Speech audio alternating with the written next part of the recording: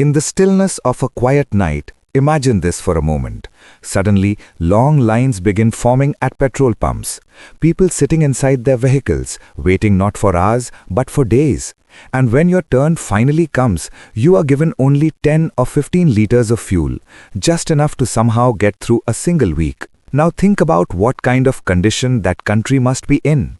And now imagine that this situation is not limited to petrol and diesel alone, but even basic food items are gradually becoming more expensive. Milk, eggs, bread, everything being sold at 2 to 3 times the price. And every morning you wake up to the news that petrol has gone up by another 30 to 40 rupees. This is not an imaginary fear. There are countries in the world today where this is a harsh reality. And the difference comes down to just one thing, an invisible force that we often ignore. The same force that prevents a country from sinking into a crisis, supports its economy, and keeps the lives of ordinary people stable. That force is called foreign exchange reserves, commonly known as Forex reserves. Now usually when people hear this term, they think it only matters to big investors or stock market players, but the truth is completely the opposite. This is a protective shield that impacts the life of a common person first and the most.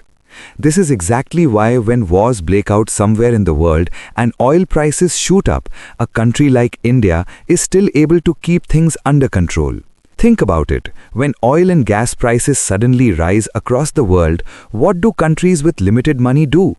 They borrow, they wait, and sometimes they don't even get access to essential supplies. That's why in some countries petrol pumps run dry, people stand in long lines and still return empty-handed. But on the other side, there are countries that have the power to pay in cash.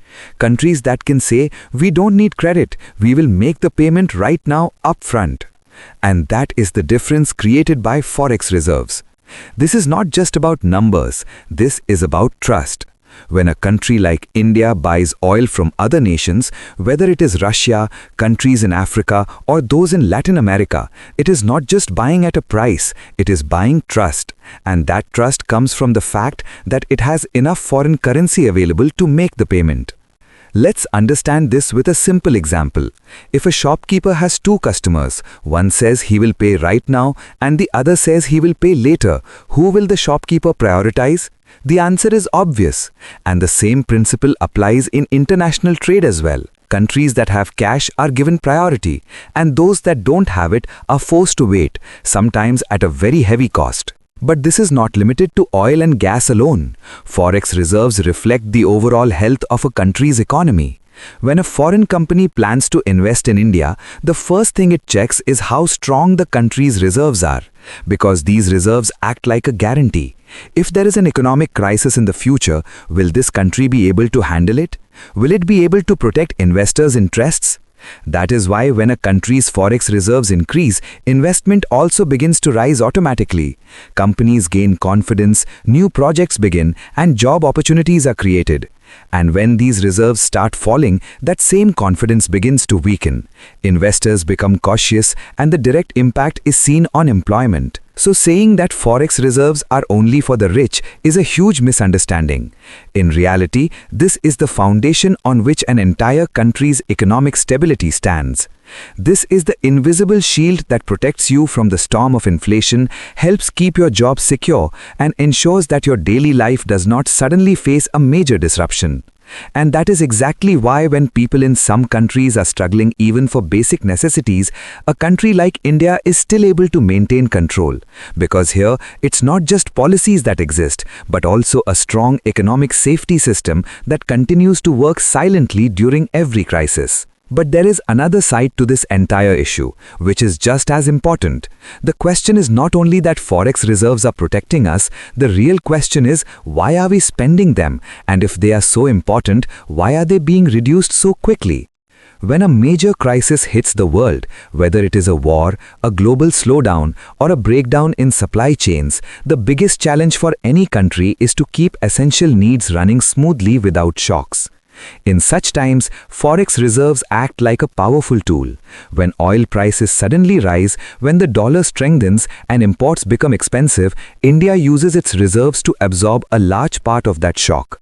The direct result is that petrol and diesel prices do not rise as sharply as they could have, and the pressure on ordinary people remains under control.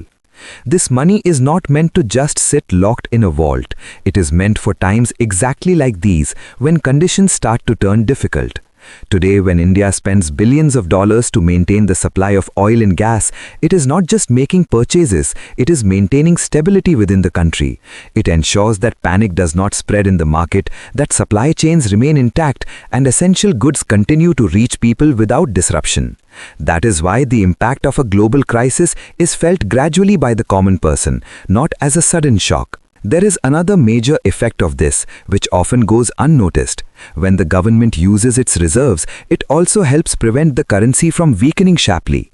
If the currency were to fall rapidly, imports would become even more expensive, inflation would rise further, and a chain reaction would begin, affecting the price of almost everything. Forex reserves act as a buffer that stops this chain reaction and keeps the economy balanced. At the same time, they strengthen India's credibility in the global market, allowing the country to negotiate better terms in international trade. Now look at those countries where this protection does not exist, where governments have neither the resources nor the options. In such places, conditions worsen to such a point that fuel is distributed like ration, power cuts become common, and basic food items go beyond the reach of ordinary people. People are forced to stand in long queues, and even then essential goods are not guaranteed. This situation does not appear overnight. It happens when over time, economic security is neglected, and when a crisis arrives, there is nothing left to handle it. India has been able to avoid such a situation because it has strong reserves and, more importantly, the understanding of when and how to use them. But maintaining balance here is extremely important. Thinking that using these reserves is a sign of weakness is completely wrong. The truth is, the courage to deploy them during difficult times is what defines strong leadership. Simply accumulating reserves is not enough. The real value lies in using them at the right time and in the right way. This is what helps protect the public from the harsh impact of economic slowdowns and keeps everyday life functioning normally. If these reserves are used excessively, they can gradually weaken, and if they are not used when truly needed, then their existence loses purpose. The real strength lies in maintaining this balance, where a country spends when necessary, but also continues to build for the future. And this is where it directly connects to you, because when a country's economic foundation is strong, your job remains secure, inflation stays under control, and confidence in the future remains intact. From small businesses to large corporations, everyone depends on this stability.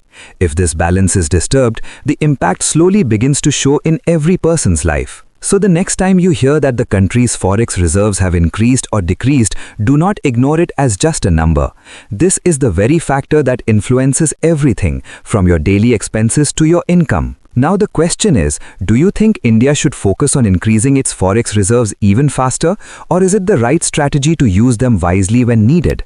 Do share your thoughts in the comments.